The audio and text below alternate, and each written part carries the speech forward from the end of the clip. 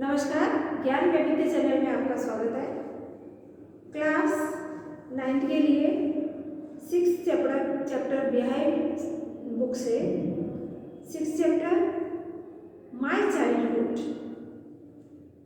Childhood a Wings of Fire autobiography of Abdul Kalam से ली गई है। यहाँ पर एपीजे अब्दुल कलाम अपने बचपन के बारे में बताते हैं कि उनका कैसे जन्म हुआ, कहाँ पर उनका जन्म हुआ, कैसे हुआ, उनके पेरेंट्स कैसे थे, फादर मदर। उन्होंने उनके बारे में बताया कि वो ना तो ज़्यादा पढ़े लिखे थे और ना ही बहुत ज़्यादा पैसे वाले थे। एक मिडिल क्लास फैमिली में उनका जन्म हुआ था। फिर भी वो अपनी जो कहते हैं ना बुद्धिमत्ता के धनी थे, पवित्र आत्मा के बुद्धिमत्ता के धनी थे, और कैसे वो लोगों से में एकदम एक अच्छे इंसान के रूप में हमेशा रहते थे। उनकी माता जो उनकी अच्छी हेल्पमेट थी, जो कई लोगों को रोज़ अपने हाथों से खाना खिलाती थी। अब्दुल कलाम कहते हैं कि मुझे एग्जैक्टली पता नहीं कितने लोगों को खिलाती थी, लेकिन मेरी फैमिली के अलावा कई लोग रोज़ खाना खाते थे। मेरे जन्म से मुझे इन लोगों को तो विरासत में धन मिलता है, ऐश्वर्य मिलता है, लेकिन मुझे अपने पिता से विरासत में सेल्फ डिसिप्लिन और ऑनेस्टी मिली। अपनी माता से एक काइंडनेस और गुडनेस, फेथ और गुडनेस मिला।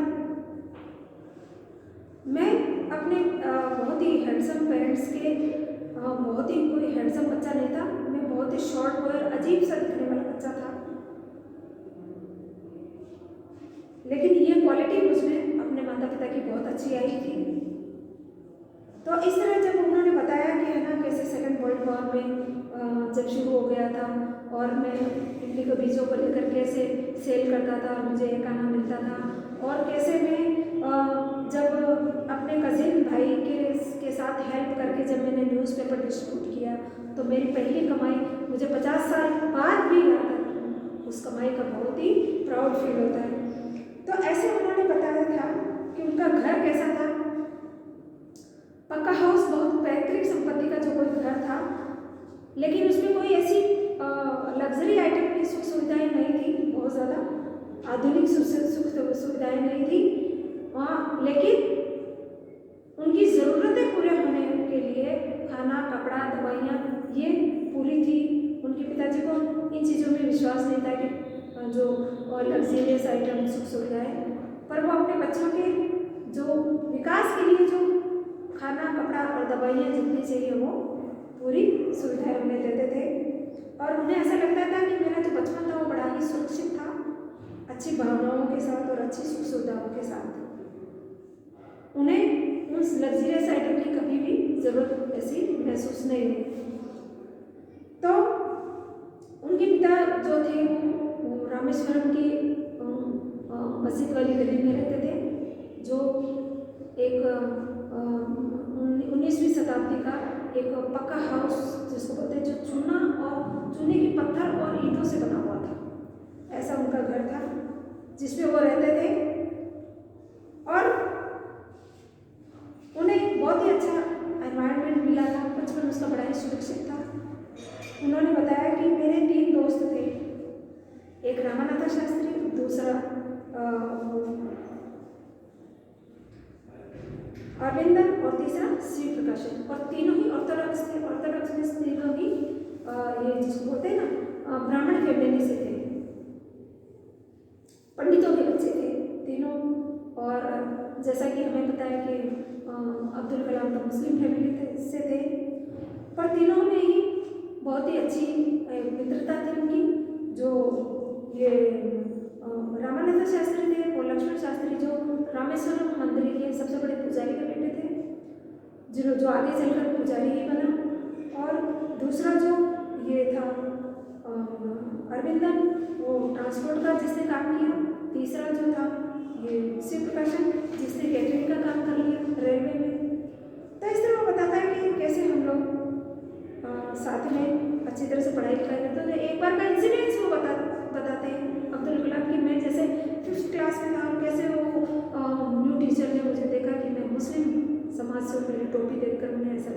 कि एक ब्राह्मण लड़के के साथ में एक मुस्लिम लड़का बैठा है। तो उस टीचर ने मुझे वहाँ से उठा के पहली लाइन से और पीछे भेज दिया कि तुम पीछे जाके बैठो। तो रामानाथा शास्त्री जो था वो रोने लग गया था। तो जब ये बातें हमने घर जाकर बताई तो जो लक्ष्मण शास्त्री थे उन्होंने उस टीचर को बुला के काफ़ी डांटा था कि तुम बच्चों के मन में ऐसी दुर्भावनाएं क्यों भर रहे हो, धार्मिक कट्टरताएं क्यों भर रहे हो। बच्चे कभी भी किसी भी धर्म के पक्षधर नहीं होते। उनका बचपन से वो आपस में मित्रता का ही रहता है। जब हम उनसे किसी तरह की दुर्भावनाएं उनके मन में भरेंगे तो ही वो दुर्भावनाएं आती हैं। तो उनके कहने के हिसाब से तो लक्ष्मण शास्त्री ने उन्हें खूब डांटा और उन्होंने कहा अपने बिहेवियर को चेंज करो और उनसे माफ़ी मांगो। तो इस तरह मेरे 5th क्लास का जो इंसिडेंस मैंने बताया, ऐसा बताते थे वो अब्दुल कलाम। और इस तरह उन्होंने काफ़ी अपने टीचरों के बारे में कई चीज़ें बताई थी। अपने एक साइंस टीचर के बारे में भी उन्होंने बताया कि कैसे वो उनको घर ले जाते हैं खाना खाने के लिए। तो साइंस टीचर तो बड़े अच्छे होते हैं, वो बहुत प्रोत्साहित करते हैं इसको अब्दुल कलाम को, लेकिन उनकी पत्नी बड़ी कंजर्वेटिव होती है तो वो उसे अपने किचन में खाना नहीं खिलाती।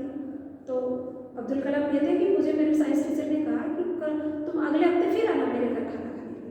तो मुझे बड़ी हिचकिचाहट हुई कि इस बार तो उनकी पत्नी ने खाना मुझे अपने अंदर रसोई में बिठा के खिलाया ही नहीं, लेकिन फिर भी उन्होंने अपने टीचर को हाँ कहा क्योंकि उनके टीचर ने कहा ये बात कि यदि तुम्हें किसी प्रॉब्लम का सिस्टम को बदलना है तो प्रॉब्लम तो फेस करनी ही होगी।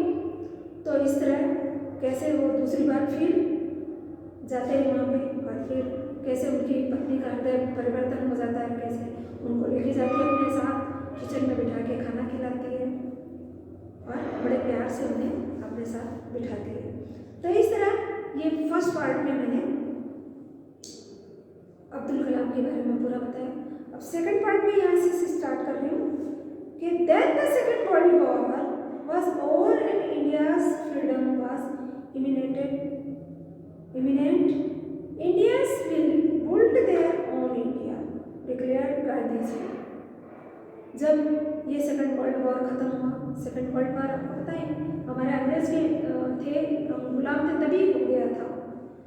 और इसमें हमारे देश के सैनिक भी गए थे, गांधी जी ने भेजे थे अंग्रेजों के साथ। उन्हें लगा कि कैसे भी ये हमसे खुश रहे तो अच्छा है, क्योंकि उन्हें वो जल्दी आज़ादी चाहते थे गांधी जी। तो उन्होंने कई सैनिकों को, हमारे इंडियन सैनिकों को भी सेकंड वर्ल्ड वॉर में भेजा था।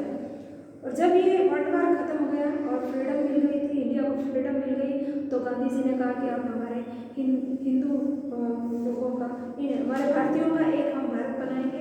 हिंदुओं का नहीं कहा, भारतीयों का एक भारत अलग से स्थापित होगा, ऐसे गांधी जी ने कहा। The whole country was filled with the unprecedented optimism. I asked my father for the permission to leave Rameswaram and study at the district headquarters in Ramanathapuram. जब सब कुछ ये सेट हो गया तो मैंने भी अपने पिताजी से कहा कि पिताजी मुझे है ना, अब रामेश्वरम में तो पढ़ाई अब इतनी हो नहीं पाएगी, तो मुझे रामानाथपुरम जो डिस्ट्रिक्ट हेडक्वार्टर्स है वहाँ पढ़ने जाने की इजाज़त दीजिए, क्योंकि वहाँ तो रामेश्वरम में इतनी पढ़ाई का वो था नहीं, जो प्राथमिक पढ़ाई थी वो तो उनकी हो चुकी थी। तो उन्होंने आगे रामानाथपुरम में जो डिस्ट्रिक्ट हेडक्वार्टर था वहाँ जाने की इजाज़त मांगी। He told me as if thinking, aloud, Abdul, I know you have to go away to grow. उनकी थिंकिंग बहुत अच्छी थी, तो उन्होंने कहा मैं ये चाहता हूँ कि है ना अब्दुल तुम जाओ बाहर, क्योंकि तुम्हें आगे बढ़ना है तो तुम्हें आगे जाना ही होगा। Does the seagull not fly across the sun alone without the nest?